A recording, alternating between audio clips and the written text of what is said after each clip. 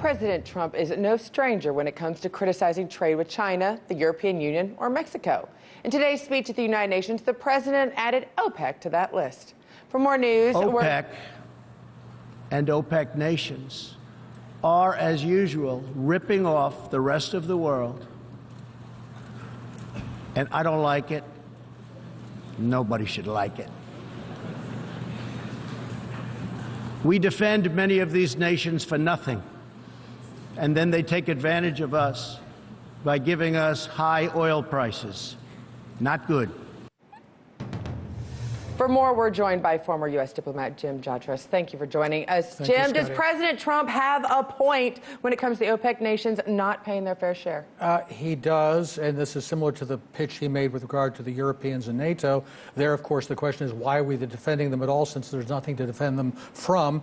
In the case of OPEC and some of the countries in the Middle East, the Gulf states, I think there's also a real question. Why are we engaged in their problems? What is Iran to us? It's really more of their problem than ours. So it's not a question of should they pay, but why are we involved in this in the first place? I think this gets to a larger problem with his speech today. That, look, you and I are both strong Trump supporters, but I had mixed feelings about it. I'm fair and balanced. I'm medium. I am still a strong supporter. There you go. And look, I had mixed feelings about the speech. It really was kind of neoconservative wine poured into America First bottles, rhetorically. And I think there's a real problem with the way he's approaching some of these issues. Well, it's definitely different from a speech that we would hear at one of his campaign rallies. It is, especially with his campaign rallies. It's heavy on the rhetoric, whereas here, when you get to the substance, like Iran specifically, what's in it for the United States? Where's the America first? I see Israel first and Saudi Arabia first and United Arab Emirates first, but where's America first there?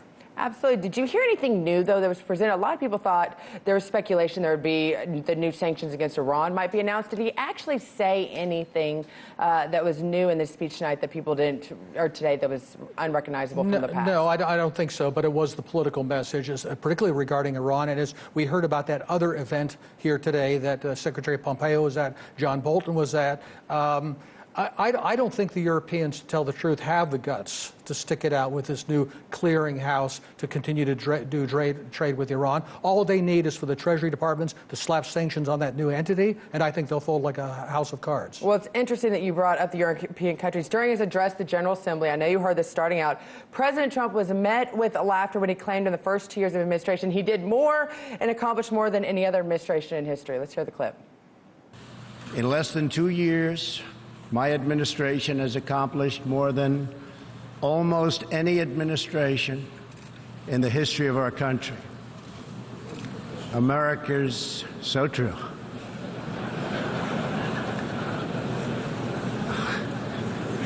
Didn't expect that reaction, but that's okay. Okay, what was he thinking? Do you think they were laughing more at actually what he said, or the fact that he actually had the gall to be able to actually say that? That was the most Trump line of the entire speech. It was, and of course it does call to mind some of his rallies back here in the United States. He doesn't like to speak with canned speeches on the teleprompter, so he said that, got a little reaction, but then he ad-libbed with his own kind of lighthearted approach, which is kind of the real Trump you see out there on the hustings, so to speak. So I think that was mostly what got the reaction.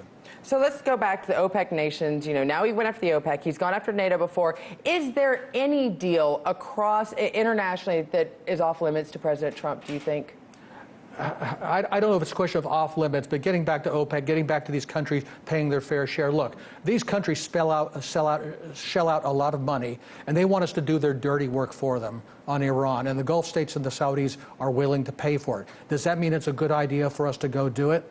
And that's what I think the real question is. Let's talk about it in Arab NATO. Well, look, one NATO is already one too many. We don't need a second one in the Middle East to go perform other people's tasks that have nothing to do with the American national interest in keeping Americans safe and making this country prosperous. Absolutely. Well, thank you for your analysis of today's speech. And the question is, did you laugh when you first heard President Trump say that's the line? About accomplishing more? I didn't laugh at all. I think it's true. There you go. Thanks for joining us, Jim. Hey YouTube, thanks for checking out our channel. We hope you enjoyed the video. We have tons of content for you just like this. For more of RT America's one-of-a-kind news and analysis, be sure to subscribe and never stop questioning more.